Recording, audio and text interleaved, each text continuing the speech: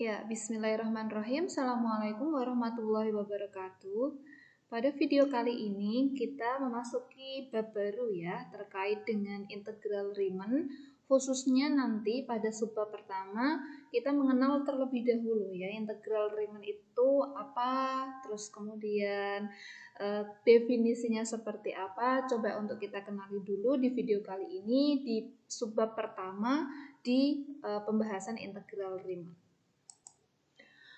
Baik, sebelum kita membahas terkait integral Riemann sendiri itu apa definisinya. Nah, di sini coba untuk kita kenali dulu istilah-istilah nanti yang akan terpakai di dalam pembahasan integral Riemann. Nah, di sini terkait dengan pembahasan integral Riemann, yang pertama kita kenalkan partisi dan partisi berlabel. Sebenarnya kita sudah pernah membahas di video sebelumnya, di bab sebelumnya juga kita sudah mengenal partisi dan partisi berlabel itu seperti apa. Nah, ini coba untuk kita ulang lagi karena kita mau pakai nanti untuk pembahasan di integral Riemann. Nah, jika di sini diberikan I merupakan interval yang terbatas dan harus tertutup. Ya, di sini harus terbatas dan tertutup di dalam F. Nah, di sini kita munculkan kata-kata atau istilah partisi dari interval I kita. Itu apa? Yaitu sebuah sekat-sekat yang kita bisa lakukan. Ya, di sini kita bisa simbolkan P, singkatan dari partisi, di mana kita bisa melakukan sekat-sekat dari interval A sampai B sebanyak N yang kita inginkan. Nah, ini kan ada X0, X1, X2, X3 sampai Xn-1 sampai Xn. Sehingga partisi kita yang awalnya berawal titik starting pointnya dari A, ujungnya dia di B, kita bisa melakukan sekat-sekat. Ya, sekat-sekat kita bisa lakukan sehingga di sini terdapat sekat-sekat titik yang bisa kita tuliskan X0, X1, X2, X3 dan sampai Xn. Ya, kita bisa melakukan sekat sampai Xn. Jadi istilahnya awalnya kita dari A sampai B saja, kita bisa melakukan sekat-sekat sesuka hati kita. Ya, sesuka hati kita sampai ke N banyak sekat ini bisa dilakukan. Terus kemudian di sini ke bawah. Nah, titik-titik yang ada di P, tadi kan ada titik X0, X1, X2 yang muncul setelah kita melakukan penyekatan.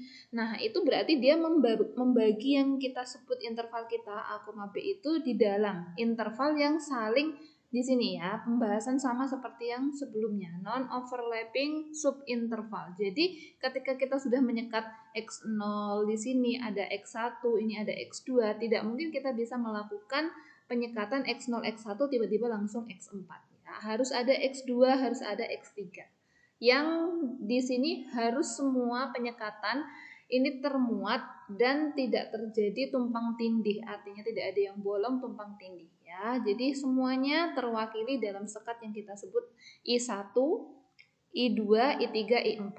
Nah, ini apa? Subinterval yang baru setelah kita melakukan partisi ya. Ini subinterval setelah kita melakukan partisi. Tadi kan sebanyak ini kita potong-potong atau kita partisi.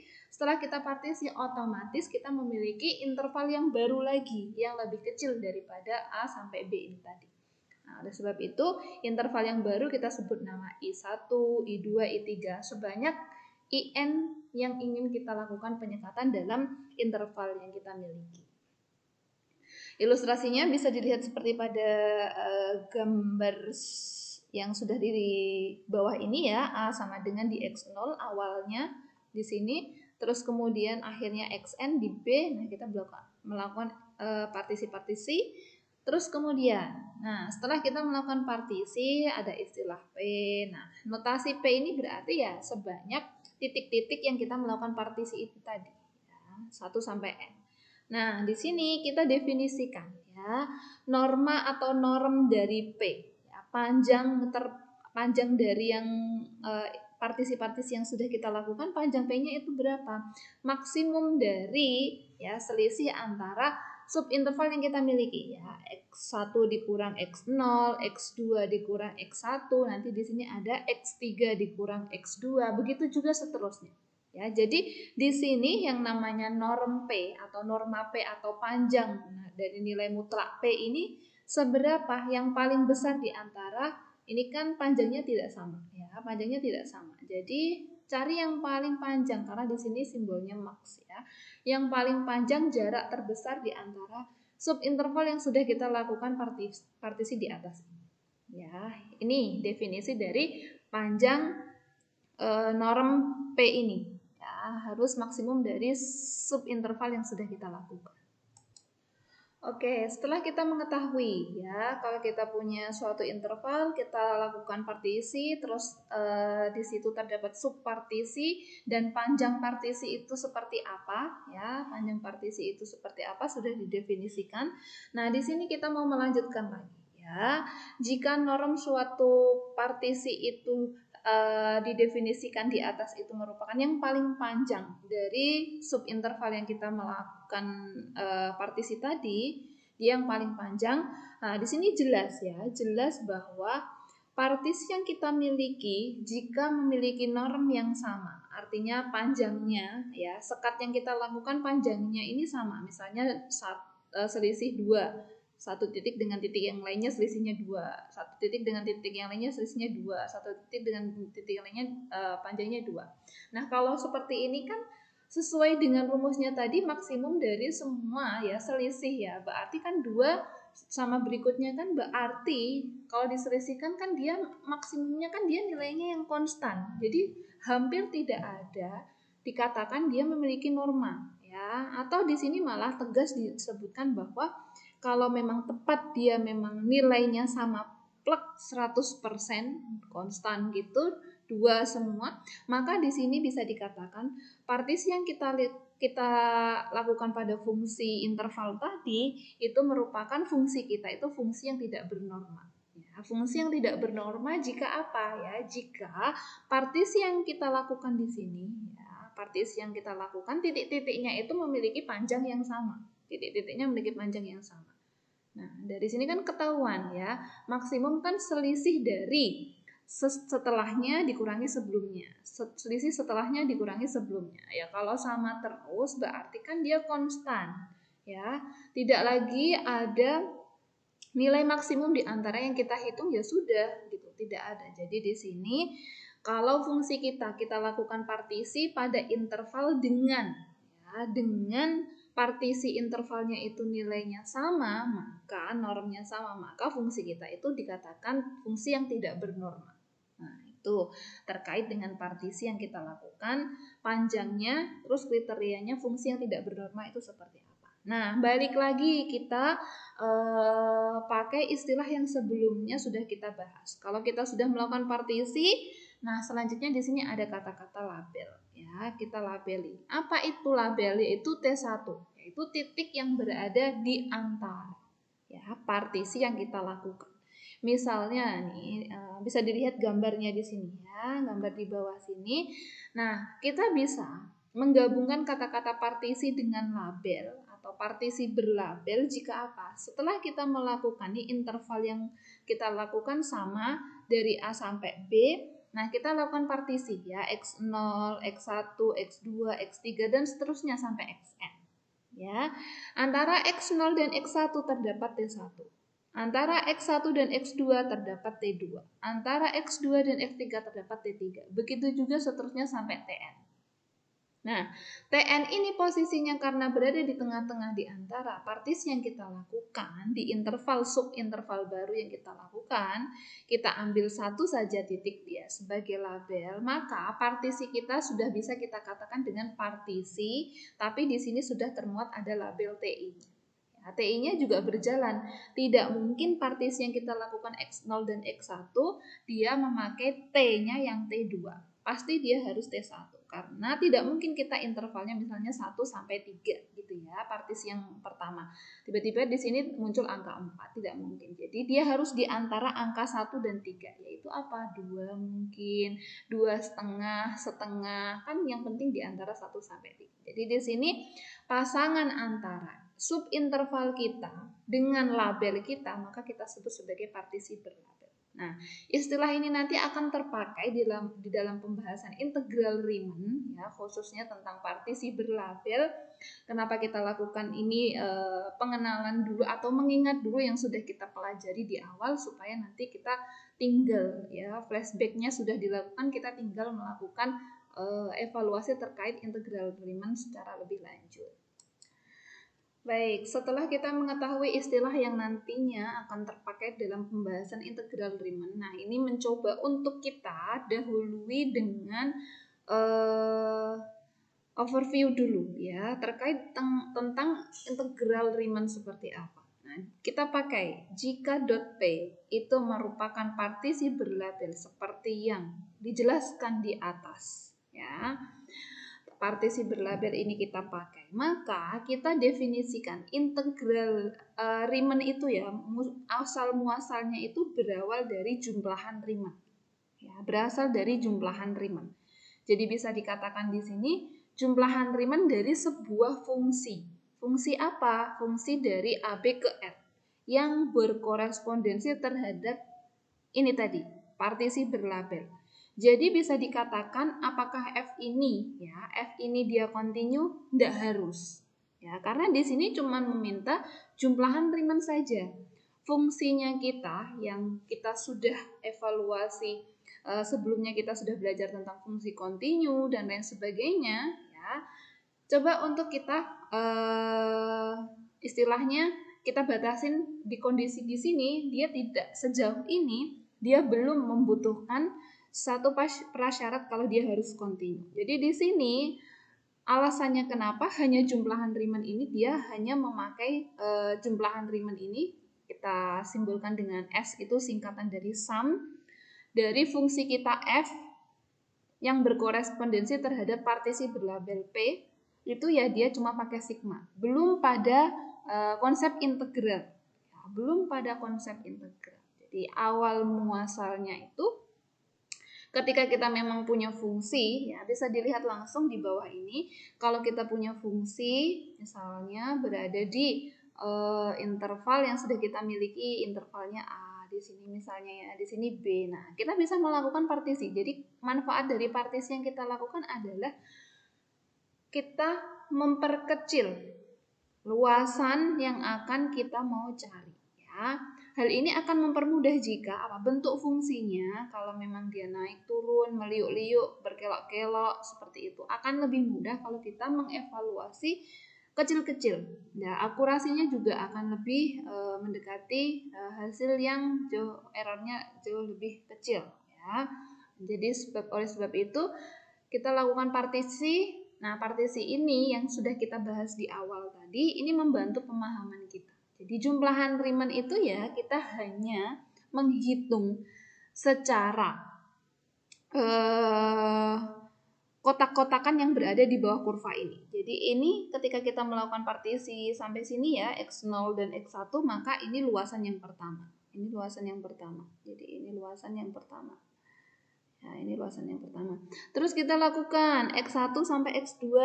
Nah, di sini terjadi partisi lagi. Nah, ini luasan yang kedua. Jadi kita jumlahkan yang pertama, yang kedua, 3, 4 dan seterusnya. Ya, semakin banyak kita melakukan partisi akan semakin bagus juga hasilnya. Ya, jadi istilahnya kurva kita akan mendekati hasil yang sebenarnya. Ya, namanya juga di sini pendekatan matematis, pasti di sini pasti hasilnya yang kita lakukan hanya mendekati. Ya, pendekatan yang kita lakukan di sini yang namanya kita mau menghitung luasannya. Kita pinjam istilah luasan.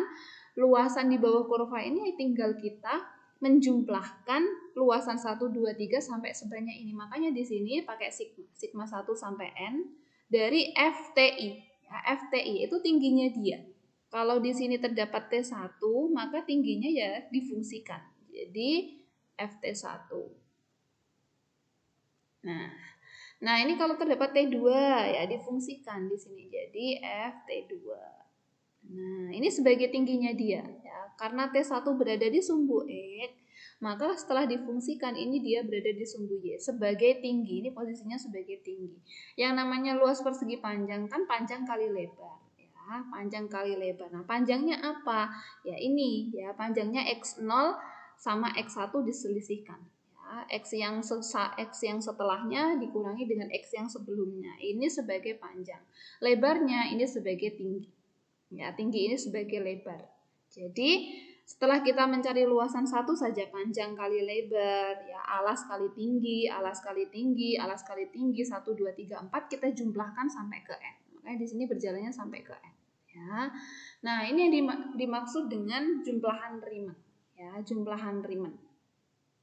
Nah, jika F itu merupakan fungsi yang positif pada interval AB, ya, kita hanya berada pada area yang positif, maka jumlahan yang ada di equation nomor 2 ini itu merupakan sebanyak N kali persegi yang akan kita hitung jumlahannya di dalam subinterval yang sudah kita lakukan partisi. Ya, setelah kita melakukan partisi nih, pada pembahasan sebelumnya kita lakukan partisi. Setelah lakukan partisi, kita cari luas 1, luas 1, luas 2, luas 3, luas 4. Nah, partisi yang kita lakukan ini mempermudah. Panjang kali lebarnya nanti berapa? Ya, panjang kali lebarnya berapa? Nah, setelah itu panjang lebar ketemu, nanti kita cari luasan 1. Terus dijumlahkan. Ya, dijumlahkan. Barulah setelah dijumlahkan pakai sigma, jadi jumlahan Riemann adalah sigma dari FTI. Nah, FTI itu apa? T yang kita miliki, label yang kita miliki T1, T2 yang berada di antara interval X0, X1, X1, X2. Ini kan ada di antaranya. Misalnya kita melakukan 1 sampai 3. Nah, T-nya di sini angka 2. 2 ini sebagai T. Nah, kita fungsikan berarti di sini jadi F2. Gitu. F2 ini sebagai tingginya. Nah, selisih antara sumbu X, ya, partisi yang kita lakukan ini X1 min X0, X2 min X1 gitu. Mengikuti jumlahannya dia sampai ke N. Sehingga partisi berlabel ya hanya menjumlahkan persegi-persegi saja dari partisi yang sudah kita lakukan. Ini asal muasal. Kenapa ada istilah jumlahan Riemann di sini pakai sigma, dan ini singkatan S itu sum dari fungsi kita F yang berkorespondensi terhadap P dot, yaitu partisi berlabel. Baik, setelah kita memahami tadi overview sedikit terkait dengan integral Riemann serta istilah-istilah yang nanti akan terpakai di dalam integral Riemann. Nah, di sini ada sedikit contoh ya. Sedikit contoh ketika kita mempunyai interval 0 sampai 2, kita bisa melakukan partisinya sesuai dengan starting pointnya 0 sama titik ujungnya yang paling akhir angka 2. Kita bisa melakukan dengan bebas 0 sampai setengah, setengah sampai 1, 1 sampai 1 sepertiga, 1 sepertiga sampai 1/3/4, 1/3/4 sampai 1/2. Nah, ini baru partisi. Ya, ini baru partisi. Nah, yang dimaksud label di sini adalah terdapat ya satu titik T1, T2, T3 di antara interval yang kita lakukan setelah kita partisi. Di situ kita melakukan korespondensinya ya 0 setengah. Nah, di tengahnya ada titik T1 di sini ya. T1-nya berapa? Kita ambil sepertiga. Kemudian subinterval yang kedua setengah sampai 1. Setengah sampai 1 kita ambil T2-nya ya. T2-nya dia 3/4. Seterusnya 1/3 kita ambil T3-nya ya. T3-nya angka 1 di antara 1 sampai sepertiga. Yang penting harus termuat di dalamnya. Ya, lanjut 1/3 sampai 1/3/4 kita ambil 1/2 sebagai T4-nya. Nah, di sini yang paling terakhir 1/3/4 sampai 2 kita ambil T5-nya di sini 1/4/5. Nah, di sini ada 5 partisi yang kita lakukan, maka akan ada 5T juga. Maka 5T yang kita bubuhkan atau korespondensikan dengan partisi yang kita miliki, maka terjadi 5 partisi berlabel. Ya, berlabel. Jadi di sini kemunculan T harus memang termuat di dalam subinterval yang sudah kita lakukan. Ya, untuk lebih jelasnya bisa dilihat atau digeometrikan mungkin di garis bilangan ya 0 sampai 2. Nah, nanti akan muncul 0 sampai setengah di sini. Nah, pasti T yang pertama sepertiga ada di dalam ya. Dan seterusnya ya sampai 5 kali kita melakukan partisi berlabel. Baik, di atas tadi ada contoh, ada istilah overview tentang asal muasal Riemann ini muncul dengan konsep jumlahan dari fungsi yang dia diskrit ya, diskrit. Jadi istilahnya tadi sudah disebutkan kita masih belum mempertimbangkan konsep kontinu. ya. Jadi istilahnya tadi kita hanya bermain pada area yang belum kontinu fungsi kita, jadi pakainya sigma ya. Jumlahan dari fungsi kita yang kita korespondensikan dengan P, dia pakai konsep hanya sigma ya, hanya sigma saja. Nah, di sini ya coba untuk dikembangkan ya untuk integral Riemann. Kalau tadi kan jumlahan Riemann. Kalau ini kita bahas jumlahan Riemann ya. Jumlahan Riemann. Nah, di sini kita mau mencoba untuk integral Riemann itu seperti apa? Dikembangkan dari sini juga ya, dari yang di awal tadi. Di definisi 2. Suatu fungsi ya interval tertutup dan terbatas ya dikatakan terintegralkan Riemann pada interval tersebut jika terdapat L ya. Jadi kalau fungsi kita tadi baru kita menghitung jumlahannya saja. Nah, ini kalau dia terintegralkan jika apa? Jika ada L. Nah, L ini berfungsi jika apa nanti? Nah, kalau terdapat epsilon positif, delta positif. Nah, di sini ada epsilon dan delta, hal yang biasa dan lumrah kita gunakan untuk menguji persekitarannya dia, ya, areanya dia. Harus ada jaminan juga. Maka di sini yang awalnya kita bermain hanya pakai jumlahan, yaitu simbolnya sigma, nanti kita bisa integrasikan dengan kata-kata integral di sini ya. Kita bisa lakukan konsep integral karena ada epsilon delta yang sudah bermain di sini. Sedemikian sehingga ya konsepnya masih sama. Kita masih melakukan partisi berlabel ya dari fungsi di interval yang kita lakukan. Tapi fungsi yang interval yang kita lakukan tadi sudah dipertimbangkan epsilon dan deltanya sehingga partisi berlabel kita ya, partisi berlabel kan tadi berada di sumbu X ya. Nah, ini misalnya B, ini A. Nah, kita melakukan partisi berlabel, dia kurang dari delta. Ya. Akibatnya apa? Akibatnya, nah di sini jumlahannya diselisihkan dengan L. L itu apa? Tadi angka. Angka sembarang apapun itu.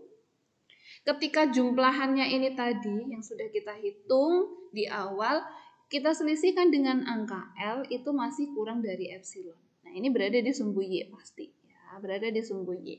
Karena L-nya berada di sumbu Y, jumlahannya panjangnya ya. Di sini kan masih pakai jumlahannya yang kita hitung tadi kan ketemu angka ya, ketemu angka diselisihkan dengan angka L, dia harus kurang dari epsilon. Kurang dari epsilon dan kurang dari delta ini yang menjamin ya. Awalnya kita hanya bekerja pada sigma, sekarang kita sudah bisa notasikan dengan integral ya. Notasi yang biasa kita gunakan dalam istilah ya fungsi yang terintegralkan Riemann itu bisa kita tuliskan seperti ini ya. R cantik kurung buka kurung tutup, di dalamnya ada A, B, di mana kurungnya harus interval yang tertutup ya, sesuai dengan definisi fungsi yang kita miliki. Jadi fungsi ketika terintegralkan Riemann harus dan wajib dituliskan seperti ini. R ya, ini salah satu ya, salah satu notasi yang bisa kita gunakan fungsi yang terintegralkan Riemann. Terus kemudian nilai L ini sendiri itu dia terdefinisi secara unik, jadi dia tunggal.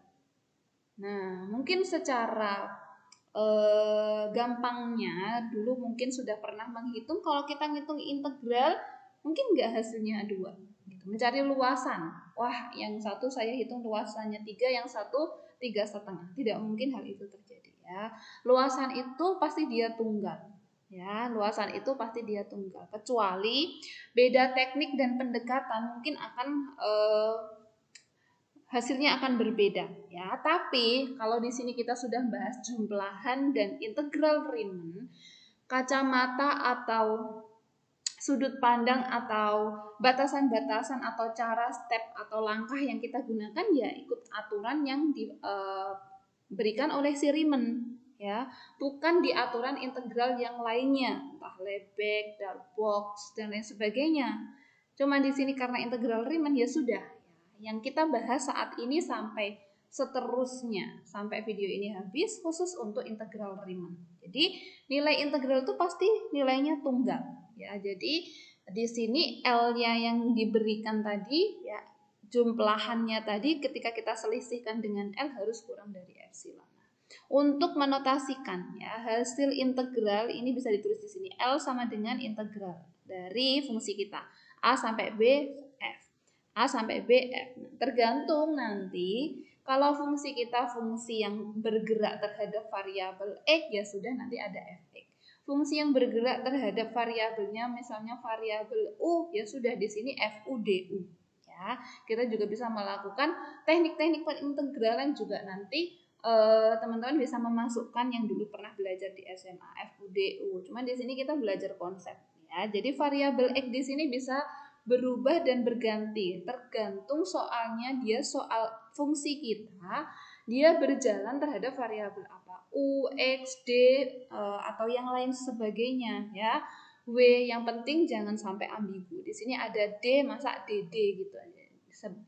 Kalau kita ada di fungsi D yang berubah, kita bisa misalkan variabel D yang ini kita langsung asumsikan dia perubahannya sama dengan misalnya tentang jarak begitu ya, tentang jarak. Jadi kita langsung ubah distance-kan jarak, misalnya kita ubah ke variabel A begitu. Jadi FADA hal ini bisa ya, terserah nanti soalnya minta seperti apa. Nah di sini salah satu juga penulisan integral Riemann ya seperti ini ya, integral A sampai B dari fungsi kita. Ini terintegralkan Riemann atau R cantik ya, R cantik dari integral Riemann yang batas yang kita miliki. Ya, tergantung nanti F-nya mau dikasih variabel A, X, D, U, V, B, F, X, D, X, F, U, D, U, F, Y, D, Y, terserah soalnya. Jadi di sini definisinya yang awalnya kita hanya bekerja pada jumlahan secara parsial, ya makanya kita pakai sigma. Di sini sudah kita gunakan istilah epsilon delta sehingga kita sudah bisa menggunakan integral. Jadi fungsi kita sudah dijamin kontinu di sini ya, harus dan wajib kontinu. Jadi wajib di sini sudah dievaluasi kekontinuannya ya, masih berada di persekitaran epsilon dan delta. Nah, ini definisi dari integral Riemann. Ya, integral Riemann itu seperti apa? Asal muasalnya jadi jumlahan Riemann. Baik, di teorema 3 di sini masih terkait dengan istilah yang dipakai di dalam integral Riemann. Nah, kita coba untuk kembangkan atau kuatkan dalam teorema 3 ya. Jika fungsi kita fungsi yang terintegralkan Riemann, maka nilai dari nilai integral yang sudah kita lakukan tadi, nilai L tadi itu dia pasti tunggal ya. Terdefinisi dia tunggal ya, dia terdefinisi tunggal.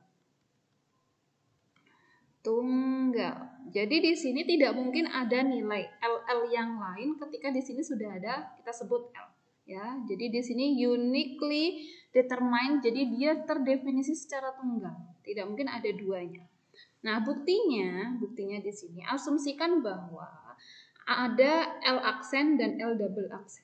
Dan keduanya ini merupakan definisi yang sesuai dengan yang tadi ya, katanya kalau dia tunggal kita cukup membuktikan ambil saja dua, kalau dia tunggal maka dua ini hal yang sama. Jadi kita mau membuktikan nanti L aksen dan L double aksen ini masih berada di persekitaran epsilon dan dia dua-duanya merupakan nilai yang sama gitu ya. Jadi kita ambil dua, karena kita mau membuktikan kalau dia tunggal kita ambil dua, kalau sudah diambil dua maka dia ini pasti nanti hasilnya akan sama. Ya. Nah, terdapat epsilon positif maka akan terdapat delta positif juga. Ya. Sedemikian sehingga di sini ada partisi berlabel. Nah, karena kita memiliki dua nilai limit atau nilai L ini ya, nilai L ini yang sudah kita sebutkan di awal, ada L aksen, ada L double aksen, maka partisi yang kita lakukan juga ada dua case ya. Partisi yang pertama ketika kita membahas untuk yang L aksen. Jadi jumlahan sesuai dengan definisi integral Riemann di atas. Jadi jumlahannya ini kita selisihkan dengan L harus kurang dari epsilon. Nah, kalau epsilon positif berarti epsilon per 2 juga akan positif juga. Ya, bilangan positif dibagi dengan angka dan bulat positif pasti hasilnya akan positif juga. Nah, sehingga di sini supaya lebih memudahkan perhitungan maka saya ambil epsilon per 2. Ya, ini baru case yang pertama karena kita punya L aksen. Kalau kita punya L double aksen, jadi untuk case yang kedua maka ada epsilon positif, begitu juga akan ada delta positif. Nah, partisi yang kita lakukan juga partisi yang P2. Dia kurang dari delta. Sehingga jumlahannya tadi kita selisihkan dengan L double aksen juga akan kurang dari epsilon per 2. Ya, ini konsepnya sama. Kalau epsilon positif, epsilon per 2 juga akan positif. Jadi tidak mengubah definisi fungsi. Yang penting dia kurang dari epsilon. Mau epsilon per 2, per 4, per 8 tidak ada masalah. Untuk pembahasan selanjutnya supaya lebih mudah saya ambil epsilon per 2 karena kita ambil dua elemen yang berbeda di sini. Ya, dua elemen yang berbeda, nanti harusnya dia masih berada di epsilon dan nilai itu adalah tunggal. Baik, selanjutnya, nah setelah kita melakukan pendefinisian pendefinisian integral Riemann dari dua L yang berbeda. Nah, kita ambil karena kita tadi punya dua epsilon dan dua delta yang berbeda. Nah, kita ambil ya, deltanya itu kita minimumkan. Delta itu apa? Jarak antara partisi-partisi yang kita lakukan harus masih berada di persekitaran delta. Ya, sedemikian sehingga asumsi kita kalau jaraknya ini semakin kita perkecil ya, minimum kan yang paling kecil di antara partisi yang kita lakukan, deltanya yang paling kecil di antara semuanya di sumbu X ini tadi ya, ini A ini B, kita lakukan pendekatan yang paling kecil. Nah, kita ambil deltanya yang paling kecil saja ya, yang paling kecil ya, yang pasti delta masih positif ya, meskipun dia kecil tapi dia harus tetap positif ya. Jarak yang paling kecil di antara partisi yang kita lakukan persekitaran beserta persekitarannya dan P. Nah, partisi yang kita berlabel yang kita lakukan dia masih harus berada di persekitaran delta. Jadi meskipun kita ambil deltanya delta yang paling minim, paling kecil, tapi di sini masih bersyaratkan deltanya harus masih tetap positif dan partisi berlabel kita pasti masih masuk dalam persekitaran A sampai B, yaitu persekitaran delta kita. Ya. Nah, kita kan tadi sudah punya L aksen dan L double aksen. Punya P dot 1 sama P dot 2. Nah, P dot 1 dan P dot 2 dua-duanya masih berada di delta ya, kurang dari delta. Jadi yang paling delta yang paling kecil, misalnya ini delta yang paling kecil ada di sini ya. Nah, partisi ini juga masih partisi jaraknya ini masih yang kurang dari delta. Jadi tidak mungkin dia melebihi deltanya kita. Ya, sehingga nah karena berada masih di persekitaran delta, kita masih bisa berdasarkan definisi di atas jumlahannya dikurangi L-nya masih kurang dari epsilon per 2 karena kita tadi ambilnya epsilon per 2 semua ya, kurang dari epsilon per 2 ini di atas sudah dihitung. Nah, ini jumlahan yang kedua, jumlahan yang double aksen, nah diselisihkan dengan L double aksen kurang dari epsilon per 2. Kita punya dua senjata ini ya, untuk L1 dan L2 dua-duanya masih kurang dari delta dan kurang dari epsilon. Nah, kita pakai ketaksamaan segitiga. Kita selisihkan L aksen dengan L aksen kita selisihkan. Nah, di sini sama saja saya menambahkan di sini ya. Saya garis bawahi. Nah, ini sama saja min jumlahan yang P-nya yang pertama tadi dengan jumlahan P-nya yang kedua, harusnya seperti itu ya. Nah, karena di sini masih dalam variabel yang sama, P-nya masih general, jadi ini sama aja kita penjumlahannya dengan 0. Jadi tidak mengubah yang ruas kiri. L aksen min L double aksen, cuman saya di sini min jumlahan plus jumlahan. Jadi ya min sama plus sama-sama dia 0. Jadi tidak merubah yang di kiri. Terus berdasarkan ketaksamaan segitiga yang awalnya dia sama dengan, dia berubah menjadi kurang dari, sama dengan, atau lebih besar ketika kita pecah-pecah rumahnya. Ini kan masih dalam satu rumah norm. Ini menjadi dua rumah norm yang berbeda. Yang pertama L aksen, yang kedua yang double aksen. Nah, yang L aksen yang pertama dia kurang dari epsilon, maka di sini tandanya berubah menjadi kurang dari epsilon per 2. Yang kedua juga kurang dari epsilon, maka di sini tandanya kurang dari epsilon per 2. Epsilon sama epsilon jumlahannya epsilon per 2, jadi epsilon karena ini kenapa reasonnya ya, karena kita ambil L dan L aksen, L double aksen dan L aksen, maka kita ambil epsilon per 2. Kalau kita ambil misalnya L-nya kita ambil 4 gitu, L1, L2, L3, L4 aksen, ya ini epsilon per 4 akan jauh lebih memudahkan. Jadi sesuai dengan definisi masih kurang dari epsilon. Jadi dua angka yang masih berada di angka delta. Nah, dua angka ini masih di angka epsilon. Ya sudah, dia dua angka ini bisa dikatakan nggak mungkin ada yang double. Pasti dua angka ini hal yang satu tunggal. Faktanya kita ambil ya angka yang lain, ujung-ujungnya dia balik lagi ke L, masih di persekitaran epsilon. Karena epsilon positif, maka selisihnya kan masih di sini ya. Dia berarti 0, ya sudah, L aksen sama dengan L double aksen gitu. Jadi tidak ada selisih antara L aksen dan L double aksen. Ya, karena masih berada di persekitaran epsilon dan delta. Sehingga ya sudah, dua asumsi yang kita miliki tadi, oh ternyata limitnya nih hasilnya kemungkinan dia bisa dua, L aksen sama L double aksen. Ternyata setelah kita buktikan L aksen itu sama dengan L double aksen karena dia masih berada di persekitaran epsilon yang sudah kita lakukan pembuktiannya ini. Jadi bisa dijamin nilai limit suatu fungsi yang terintegralkan Riemann pasti dia tunggal. Baik, selanjutnya di sini di teorema 4 juga masih akan membahas tentang properties dari integral Riemann ya. Seluk-beluk tentang integral Riemann kita perkuat di teorema 4. Nah, di sini ngomong kalau G itu merupakan fungsi yang terintegralkan Riemann. Jadi kita di sini G dia fungsi yang terintegralkan, ini R cantik ya, Riemann di interval AB. Nah, jika di sini terdapat fx sama dengan gx, jadi di sini terdapat fungsi lagi, yaitu fungsi fx. Di mana fungsi fx ini sama dengan fungsi gx, jadi fungsinya ini sama plek. Ya, fungsinya sama plek. Tapi di sini diberikan yang diketahui di teorema ini disyaratkan bahwa g terintegralkan Riemann. Ya, fungsi f sama dengan fungsi g dia sama plek kecuali pada intervalnya. Interval mereka berbeda di AB. Nah, intervalnya berbeda di AB. Maka, jika kita punya fungsi yang satu terintegralkan Riemann, fungsinya kok sama seperti yang terintegralkan Riemann meskipun dia bukan pada interval AB, ya. Jadi di sini f-nya ada jaminan bahwa f juga akan terintegralkan Riemann juga. Ya, karena dia di sini melihat dari definisi yang diketahui di sini. Fungsinya sama plek. Dan sama pleknya fungsi ini dia terintegralkan Riemann. Berdasarkan yang sebelumnya, fungsi kalau terintegralkan Riemann pasti hasil integralnya tunggal ya. Jadi di sini f juga akan terintegralkan Riemann dan karena tunggal maka hasil integralnya juga akan sama. Ya, hasil integralnya juga akan sama. Proofingnya di sini, untuk membuktikan sebenarnya secara induksi sudah bisa dilakukan. Silahkan bisa dicoba. Ya, silakan bisa dicoba. Nah, untuk selanjutnya ini coba kita untuk dekati dengan secara analitik. Jika C itu sebagai titik ya yang berada di dalam interval AB tadi dan di sini terdapat L. Nah, kita simbolkan di sini L sebagai hasil integralnya dari fungsi yang kita integralkan secara Riemann yaitu fungsi yang G. Karena di sini yang diketahui adalah G yang terintegralkan Riemann maka ada hasil integralnya.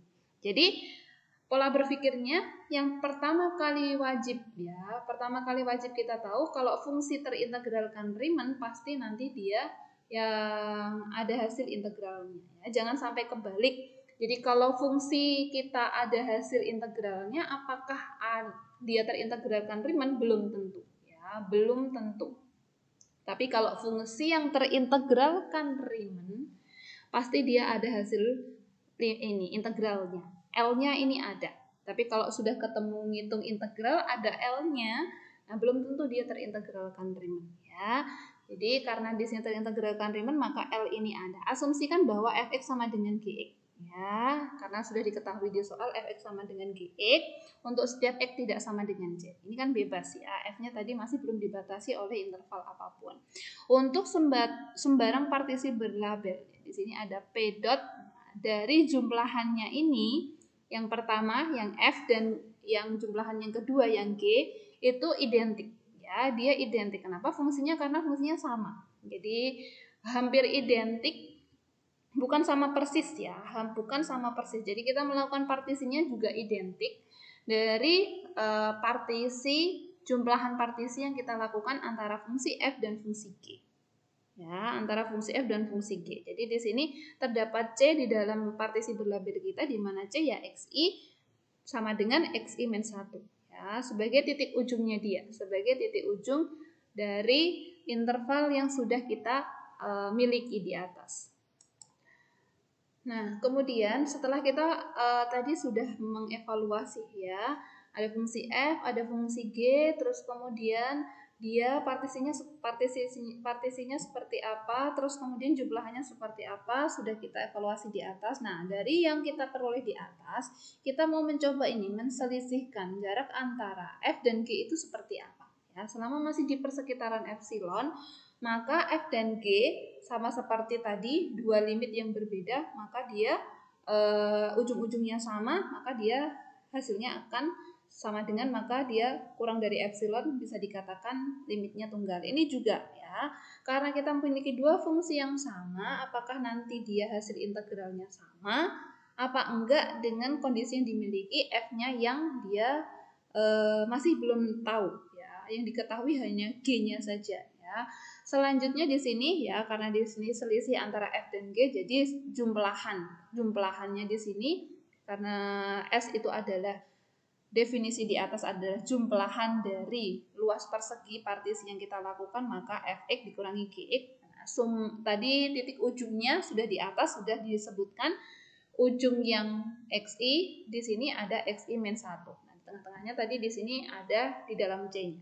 Nah, di sini masih di dalam mutlak. Jadi yang pertama ini bisa pindah ke sini karena berdasarkan definisi jumlahan. Kita pakai sigma antara fungsi f dan fungsi g.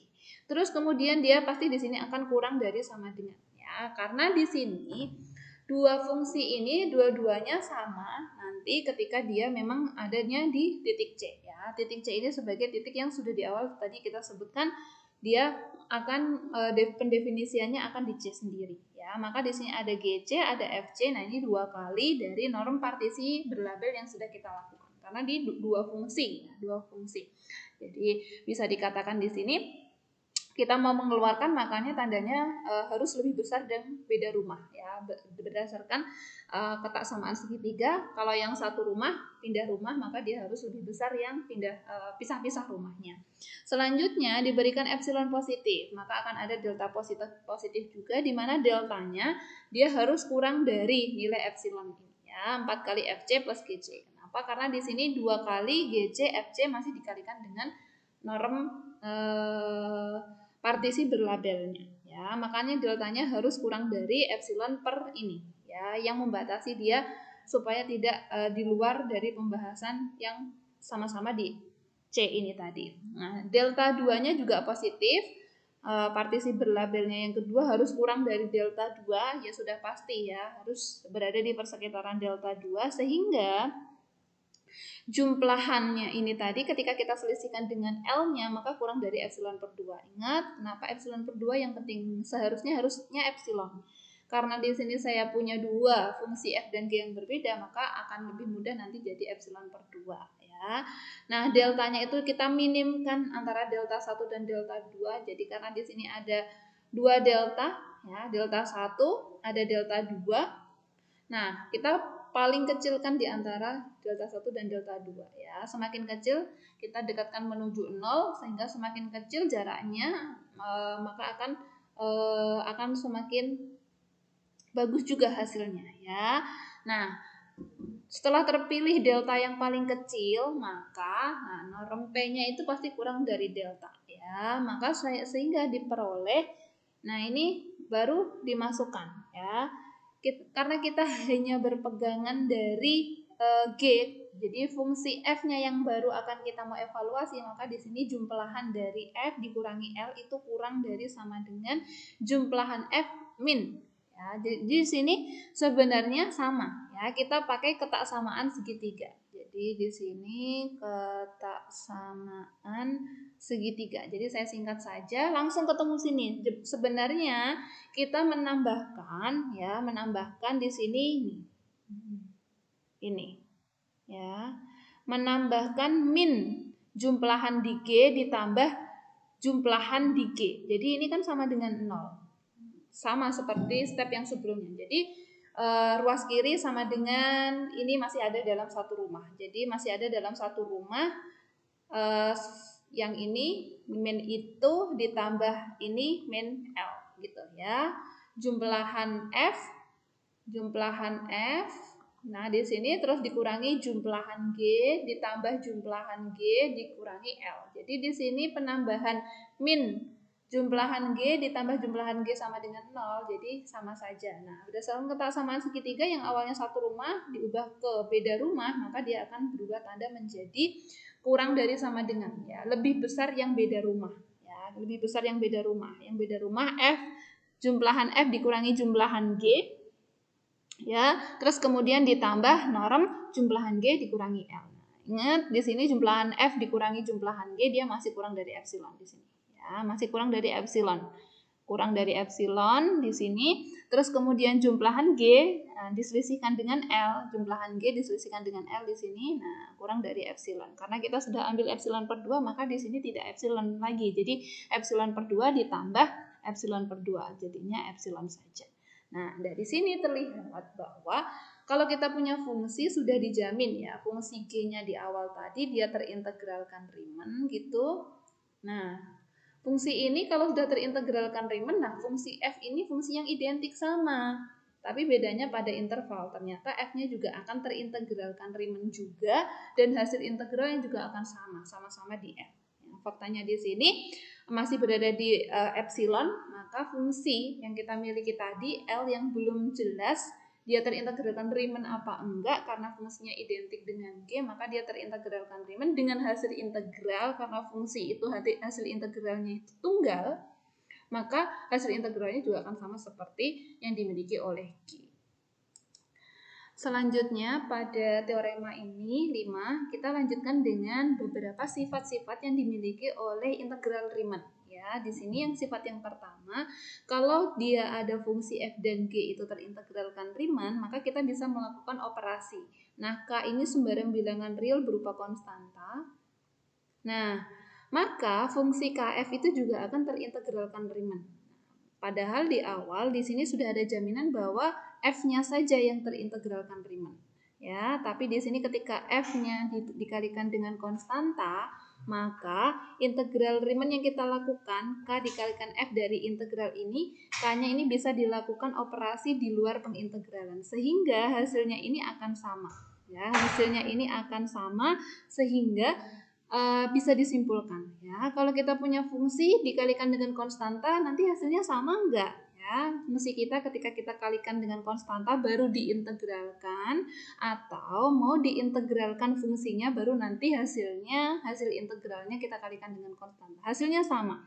Dua-duanya terintegralkan Riemann. Jadi perkalian konstanta terhadap fungsi yang terintegralkan Riemann ini tidak merubah hasil dari sifat yang dimiliki fungsi kita ini yang awalnya terintegralkan Riemann.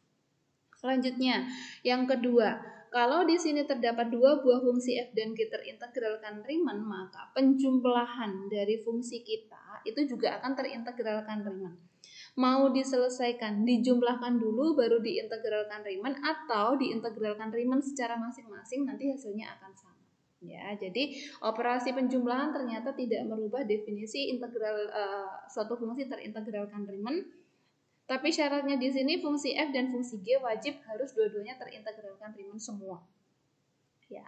Terus kemudian sifat yang ketiga, jika terdapat f dan g, dua fungsi yang sama-sama terintegralkan Riemann, nah f-nya yang lebih kecil atau sama dengan, maka hasil integralnya juga, integral f-nya ini juga hasilnya akan lebih kecil daripada yang g.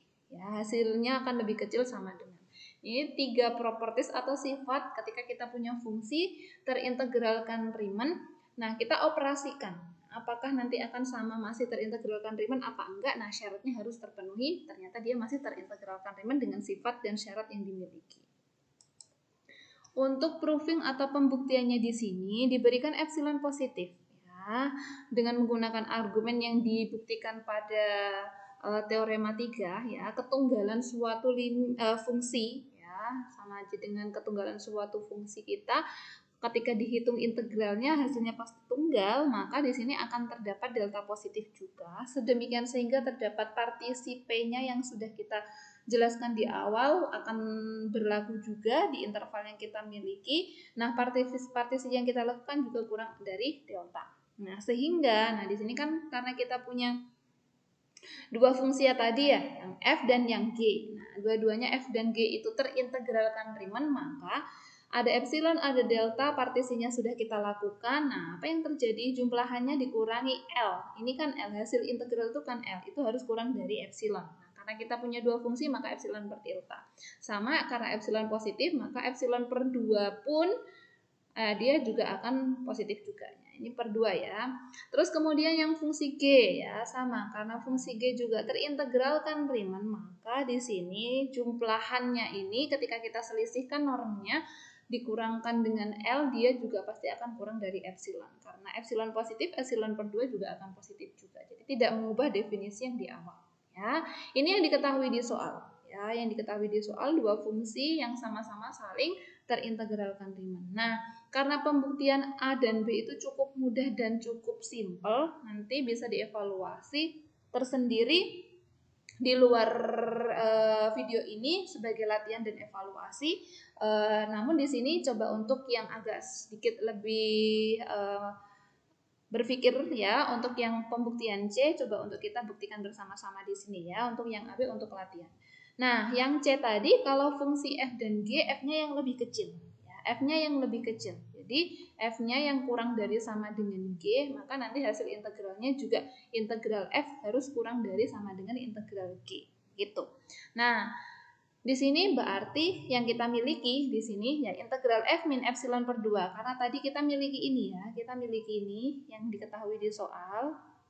Nah, kita miliki ini ya sudah, tanda norm atau mutlaknya kita coba untuk uraikan. Jadi kita punya pertidaksamaan yang ada di sini ya. Untuk fungsi integral F min epsilon per 2 kurang dari jumlahannya. Nah, begitu juga yang fungsi yang G ya, fungsi yang G. Kita buka tanda normnya sehingga di sini tanda mutlaknya kita uraikan akan terbentuk pertidaksamaan seperti ini. Sama ya, tanda mutlaknya coba kita uraikan. Ada versi positif, ada versi negatif. Nah, kita pakai yang di sini. Ya. Integral F kurang dari epsilon per 2 kurang dari jumlahannya. Nah, jumlahannya itu pasti kurang dari integral G ditambah epsilon per 2. Sama saja ya, tinggal pindah-pindah ruas saja. Sesuai dengan kebutuhan. Tapi asal muasalnya dari yang sudah kita definisikan di atas ini. Ya, kita bisa representasikan sebagai tanpa ada normnya. Kita pertimbangkan yang salah satu sisi saja. Jika kita gunakan fakta bahwa ya ini yang diketahui di soal, ya fungsinya lebih kecil yang F daripada G sama dengan, maka jumlahannya juga pasti akan lebih kecil. Nah, kalau jumlahannya lebih kecil berarti ya integralnya juga akan lebih kecil. Ya, kenapa? Secara epsilon yang dimiliki F juga rentangnya lebih kecil daripada yang dimiliki G, sehingga ya sudah deltanya juga akan lebih kecil. Ya, domainnya dia lebih kecil, pasti hasil fungsinya juga akan lebih kecil juga. Ya, untuk interval yang sama ya. Ini intervalnya sama A sampai B. Jadi bisa terbukti di sini sama-sama masih berada di persekitaran ini masih kurang dari epsilon. Ini masih kurang, coba epsilonnya di sebelah kanan kurang dari epsilon juga ya. Semuanya masih kurang dari epsilon, jadi masih aman, akan tetapi nilai F-nya yang lebih kecil domainnya, maka hasil fungsinya juga akan lebih kecil untuk F-nya. Jadi hasil integralnya juga akan lebih kecil. Jadi di sini terbukti maka integral AB dari fungsi F itu pasti kurang dari integral dari G interval A sampai B. Untuk domainnya F-nya dia juga kurang dari sama dengan fungsi yang G. Jadi sudah terbukti ketika fungsi kita dioperasikan ya, propertiesnya bisa dilakukan pembuktian seperti itu. Baik, selanjutnya masih terkait dengan integral Riemann ya. Di teorema 6 di sini ngomong kalau fungsi saya fungsi yang terintegralkan Riemann, maka fungsi saya yang saya miliki itu akan terbatas pada interval AB. Ya. Ya, sudah pasti ya, sudah pasti fungsi kita terintegralkan Riemann pada interval AB ya, integral pada AB. Fungsi F ini, maka dia akan terbatas ya, terbatas pada interval AB juga. Tidak mungkin di luarnya itu. Ya, tidak mungkin karena ada jaminan di AB. Sebenarnya ini sudah fakta yang pasti terbukti. Jadi di sini meskipun sudah pasti kita punya keyakinan ini sudah yakin benar, maka tapi di sini kita wajib harus membuktikan ya sebagai orang analisis. Ya.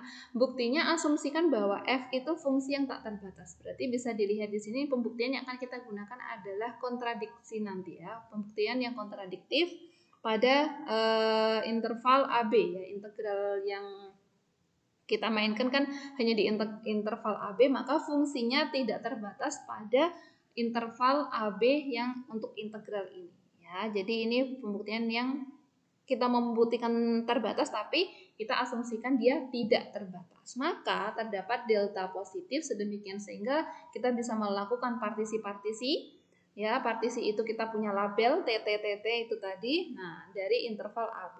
Nah, oleh sebab itu intervalnya masih berada di delta. Intervalnya masih berada di delta. Ini berdasarkan definisi dari jumlahan Riemann ya.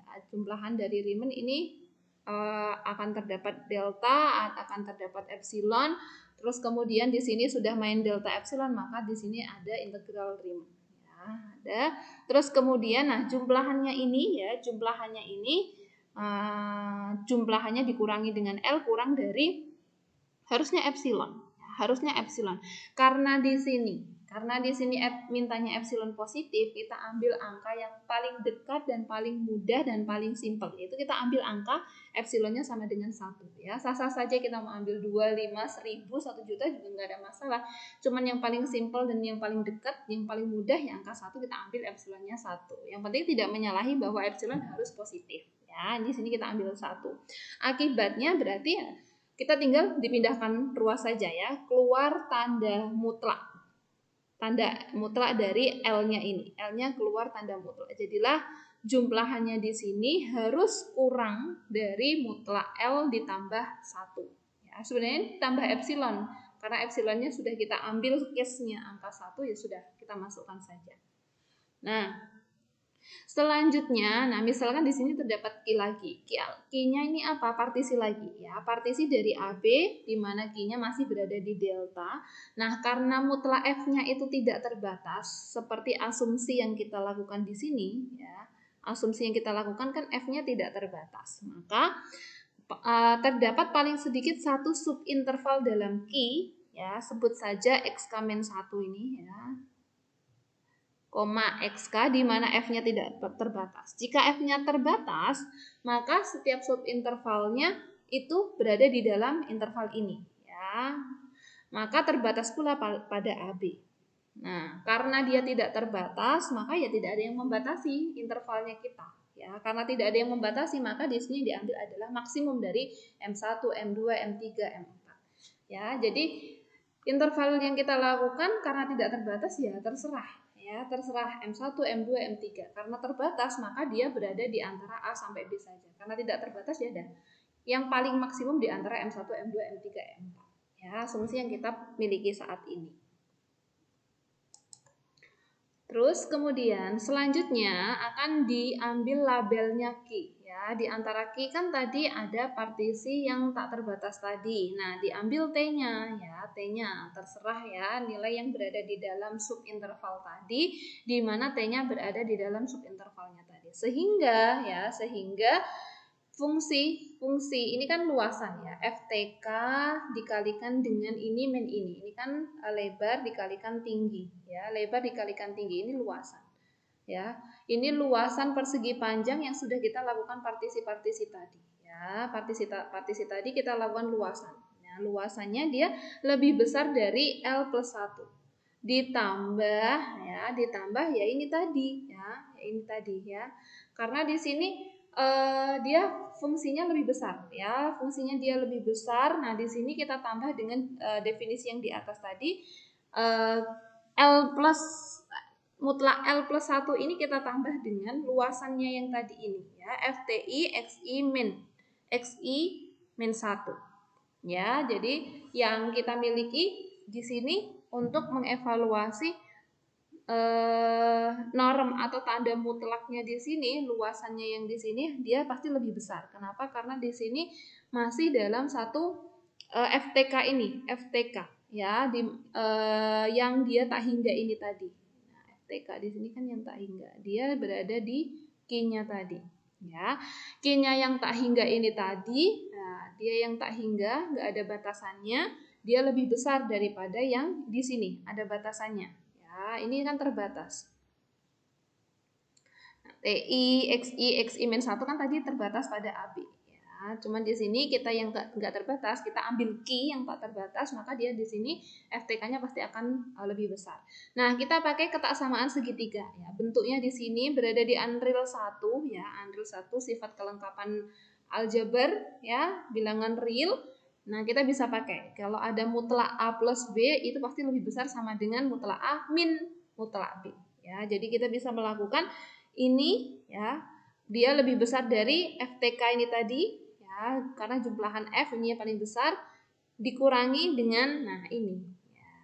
Jadi di sini mutlak A plus B, ini kan mutlak A plus B, ya, mutlak A plus B yang norm L tadi, norm L plus 1, ini kan sebenarnya A plus B, pasti dia lebih besar sama dengan mutlak A, ya, mutlak A dikurangi dengan mutlak B. Jadi di sini lebih besar dari di sini. Nah, tadi ini kan ketemunya tinggal pindah ruas saja, ya. Dari sini sebenarnya tinggal pindah ruas saja. Ya, pindah ruas. Tapi logiknya tadi, ya. A plus B ya sudah, karena S di sini dia maksudnya adalah integral ditambah epsilon. Nah, pasti dia lebih besar daripada mutlak A dikurangi mutlak B. Mutlak A-nya ya sudah, ini sebenarnya pindah ruas saja. Mutlak A dipindah ruas, terus kemudian mutlak B juga dipindah ruas. Sehingga di sini yang tersisa hanya norm L plus 1. Ya, norm L plus 1 harusnya kalau asumsi kita tadi, asumsi kita kan dia terbatas. Kalau terbatas maka dia mutlaknya dia harus kurang dari norm L plus 1, ya. Jumlahannya tadi kan dia harus kurang dari ini, L plus 1. Faktanya di sini dia lebih dari L plus 1. Ya. Jadi asumsi yang kita lakukan tadi bahwa yang saya miliki ini ternyata dia harusnya dia tidak terbatas. Tidak, ya, tidak. Karena ini asumsi yang kita miliki. Kalau tidak terbatas dia harus kurang dari L plus 1.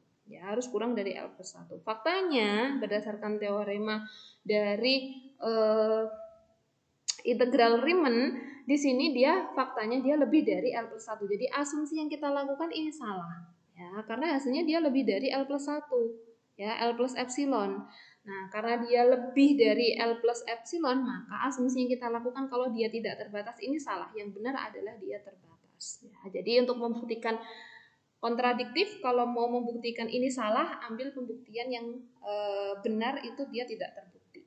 Ya, atau sebaliknya, mau membuktikan ini benar, ambil yang salah itu tidak terbukti. Jadi baru kita terbaliknya, ya. Nah, jadi di sini pernyataan yang sebelumnya, ternyata karena dia lebih dari epsilon, maka dia tidak berlaku asumsi dia tidak terbatas. Harusnya kalau dia terbatas harus kurang dari epsilon. Jadi asumsi kita kalau seperti itu fungsi kita berarti fungsi yang terintegralkan Riemann itu pasti dia terbatas. Tidak mungkin enggak. Faktanya kita buktikan tidak terbatas, tidak terbukti. Baik, itu tadi pembahasan terkait dengan integral Riemann, ya, overview-nya seperti apa, definisinya, terus kemudian properties yang dimiliki oleh integral Riemann itu seperti apa, serta asal muasalnya sudah kita pelajari bersama. Semoga dapat menjelaskan pemahaman kita terkait khususnya di sini integral Riemann khususnya untuk subbab yang pertama. Ya, semoga bermanfaat. Mohon maaf atas segala kekurangan dan kesalahan. Terima kasih. Wassalamualaikum warahmatullahi wabarakatuh.